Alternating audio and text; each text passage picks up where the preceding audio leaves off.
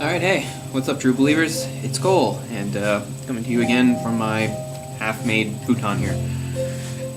Okay, so, the last time, well, not the last episode, but when I did my little tag video there, after being tagged by PSL, I talked a bit about some books, because that was the question posed to me, and it got me thinking about, books and authors and stuff, outside the world of comics. So I thought the next thing I could do could maybe have to do with that, because a lot of popular books have been adapted into graphic novel and comic form, and so that's what we're going to sort of touch on here. This is going to be the first graphic novel based on the Dark Tower, The Gunslinger Born. It's a little different than just a straight adaptation. This is not of those adaptation per se of the 7 Dark Tower novels. Although it does pretty much, the first one here, this the Gunslinger Born, does work quite well as an adaptation of the 4th book, Wizard in Glass, because what this series is going to deal with is actually the history of the gunslinger and his backstory. It's going to talk about the things that are spoken of in here and also expand on it. For those who don't know, Wizard in Glass is pretty much entirely a flashback, as Roland tells Eddie and everybody else, names are escaping me at the moment, about a little about his past and what they're doing here. So, like I said, so this serves a couple purposes. If you want a different perspective on this, for instance, it works like that. But also, I am a fan of the Dark Tower series. I like it. But, truth be told, this is my favorite of the Dark Tower novels because I like the backstory and stuff more. I find it more interesting. So what's nice about this series being this ongoing, released by Marvel, is that it's all about the backstory. Like I said, this covers events that are spoken of in Wizard in Glass, but then subsequent issues and collections go on to talk about more stuff that was going on since then. And that interests me a lot more. I mean, again, I like the Dark Tower, it's cool and all, but I like all the history stuff with Roland more.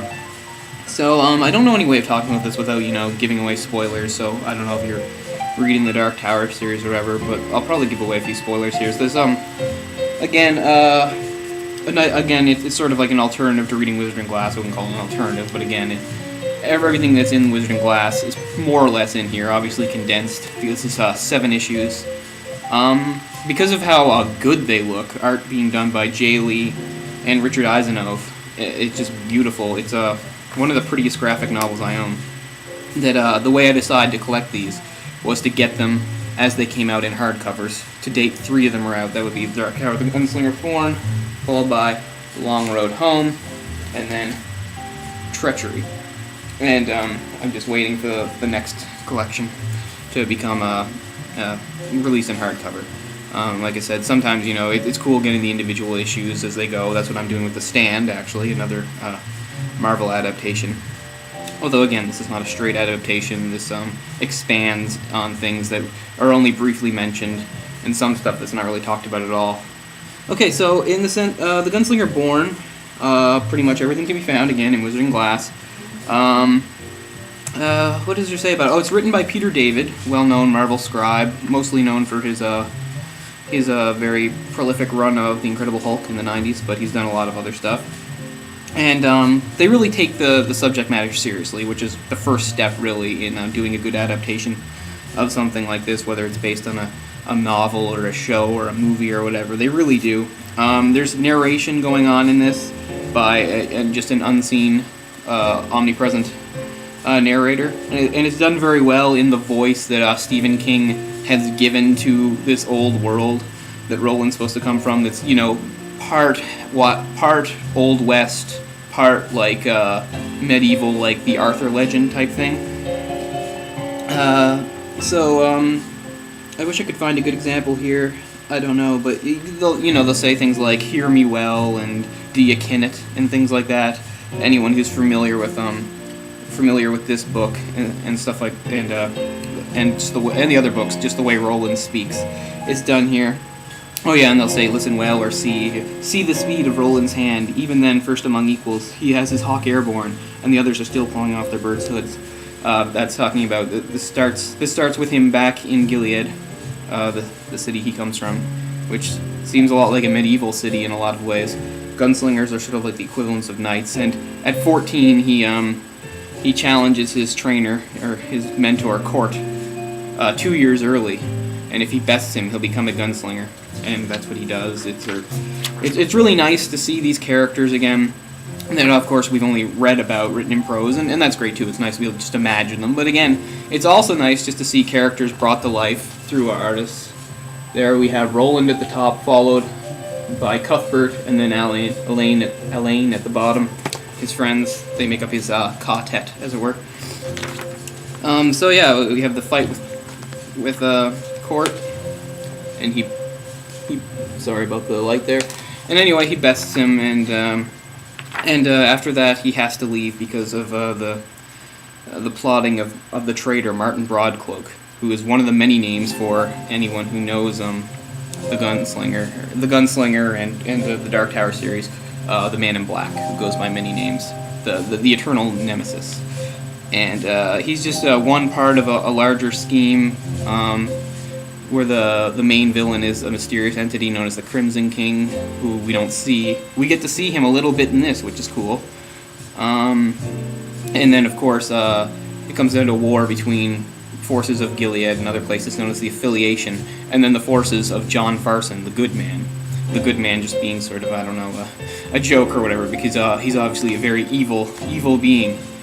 And so, on the pretext, and so to get the boys out of there, to get them out of danger, but also so they can serve the Affiliation away, they send them away to this town. What the hell is the town called? I can't, it's funny. I go over all this stuff, before I do my videos so that I remember what I'm talking about. And now I can't think. A little coastal town where the action happens here. Under the pretext of counting horses that they're going to purchase for the Affiliation. But really what they're also going to be doing is sort of getting the lay of the land in the field and trying to figure out, if Farson's forces have dug in there and if they've bought the loyalties of the town. And of course they uncover an even more disturbing plot than Roland's father, Stephen, or any of the other adult gunslingers could have imagined. Otherwise, they probably wouldn't have sent them. And then we have the love story between Roland and the girl Susan Delgado. The art in this is spectacular, as I said before. Jay Lee does great stuff, and the coloring is just gorgeous, beautiful painting. Here we go. Here's Farson. It's nice to get a look at Farson again. He's a character, of course, we've only read of. There he is wearing a very scary mask. Both Roland and Susan are drawn with extremely striking eyes.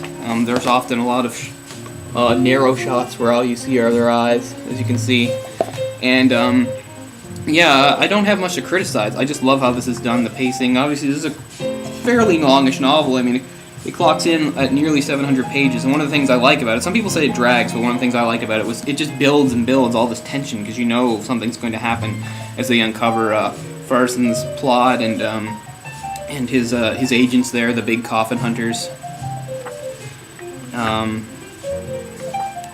What else is there to be said? Except that I just love this, and I love its art. Oh, there's Rhea of the Coos, the old witch woman. It has anyone who's read this, I won't say, I guess, has a very tragic conclusion, a very heartbreaking thing for Roland, and it's really only the tip of the iceberg, which is great. Why we have more comics ongoing and into these. Yeah, I just love the colors, especially the washed out colors. They really get a feel of this world that Stephen King had created. A really great representation of it. The sky is often so many beautiful colors at different moments. Very dramatic. It's just the kind of stuff that was almost made to be made into a comic. All the adventure and romance and the themes and stuff like that. I feel like I've been awfully vague, but anyway, I can't recommend this highly enough. It's cool if you get the individual issues. They actually come with extra stuff that's not included if you get this little prose stories at the end that tell you more about the world.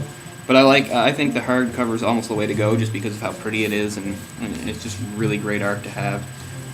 So yeah, okay, gotta go. I'll see you next time. Until then, peace on earth and goodwill toward men. See you later.